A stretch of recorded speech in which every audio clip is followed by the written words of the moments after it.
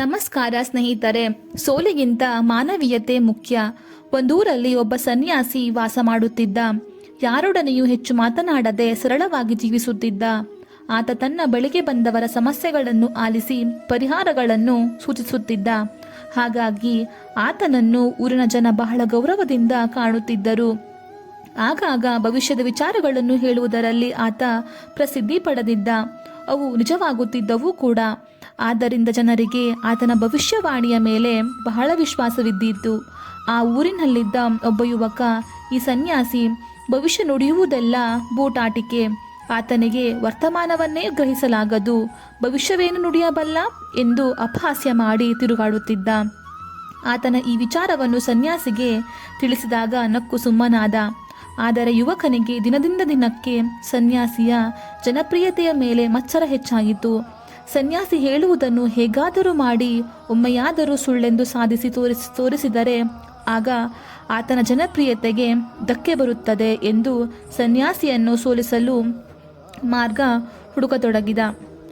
ಅದೊಂದು ದಿನ ಯುವಕ ತನ್ನ 2 ಕೈಗಳ ನಡುವೆ ಜೀವಂತ ಹಕ್ಕಿಯೊಂದನ್ನು ಅಡಗಿಸಿಟ್ಟು ಬೆನ್ನ ಹಿಂದೆ ಕೈಗಳನ್ನು ಇಟ್ಟುಕೊಂಡು ಸನ್ಯಾಸಿ ಬಳಿ ಬಂದು, ನೀವು ಭವಿಷ್ಯ ನುಡಿಯುತ್ತೀರಿ ಎನ್ನುತ್ತಾರಲ್ಲ, ನನ್ನ ಕೈಯೊಳಗೊಂದು ಹಕ್ಕಿ ಮರಿ ಇದೆ, ಅದು ಬದುಕಿದೆಯೇ ಸತ್ತಿದೆಯೇ ಎಂಬುದನ್ನು ತಿಳಿಸಿ ಎಂದ. ಒಂದು ವೇಳೆ ಸನ್ಯಾಸಿ ಹಕ್ಕಿ ಮರಿ ಬದುಕಿದೆ ಎಂದರೆ ಹಕ್ಕಿಯನ್ನು ಮುಷ್ಟಿಯಲ್ಲಿಯೇ ಸಾಯಿಸಿ ಅದು ಸತ್ತಿದೆ ಎನ್ನುವುದು. ಹಕ್ಕಿ ಸತ್ತಿದೆ ಎಂದು ಸನ್ಯಾಸಿ ಹೇಳಿದರೆ ಜೀವಂತ ಹಕ್ಕಿಯನ್ನು ತೋರಿಸುವುದು, ಆ ಮೂಲಕ ಸನ್ಯಾಸಿಯನ್ನು ಸೋಲಿಸುವುದು ಎಂದು ಆಲೋಚಿಸಿದ್ದ. ಸನ್ಯಾಸಿ ಯುವಕನ ಮಾತುಗಳನ್ನು ಕೇಳಿ ತಡ ಮಾಡದೆ, ನಿನ್ನ ಕೈಯೊಳಗಿನ ಹಕ್ಕಿ ಸತ್ತಿದೆ ಎಂದ. ಯುವಕ ಅಟ್ಟಹಾಸದಿಂದ ನಗುತ್ತಾ, ಕಪಟಿ ಸನ್ಯಾಸಿ, ನೋಡಿ, ಹಕ್ಕಿ ಬದುಕಿದೆ ಎಂದು ಮುಷ್ಟಿಯನ್ನು ತೆರೆದ. ಅದುವರೆಗೂ ಮುಷ್ಟಿಯೊಳಗೆ ಉಸಿರಾಡಲಾಗದೆ ಒದ್ದಾಡುತ್ತಿದ್ದ ಹಕ್ಕಿ ಮುಷ್ಟಿ ತೆರೆದರೆ ತಡ, ಪುರ್ ಎಂದು ಹಾರಿ ಹೋಯಿತು. ಸನ್ಯಾಸಿ ನಕ್ಕು ಯುವಕನಿಗೆ ಹೇಳಿದ, ಮಗು, ಕಪಟಿ ನಾನಲ್ಲ, ಕಪಟತನ ನಿನ್ನಲ್ಲೇ ಇತ್ತು. ಆ ಹಕ್ಕಿಯ ಬದುಕು ಮತ್ತು ಸಾವು ಎರಡೂ ನಿನ್ನ ಕೈಯೊಳಗೆ ಇದೆ ಎನ್ನುವುದು ನನಗೆ ಗೊತ್ತಿತ್ತು. ಆದರೂ ನಾನೇಕೆ ಅದು ಸತ್ತಿದೆ ಎಂದೆ ಎನ್ನುವುದು ಗೊತ್ತೇ?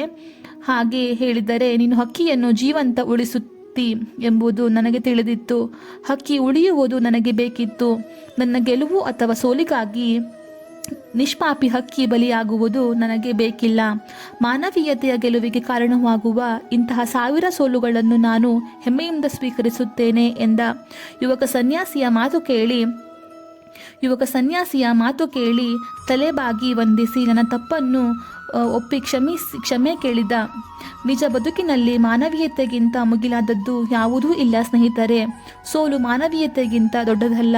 ಬೇರೆಯವರ ಸೋಲುಗಳಲ್ಲಿ ನಮ್ಮ ಗೆಲುವನ್ನು ಯಾವತ್ತೂ ನೋಡಬಾರದು. ಬೇರೆಯವರನ್ನು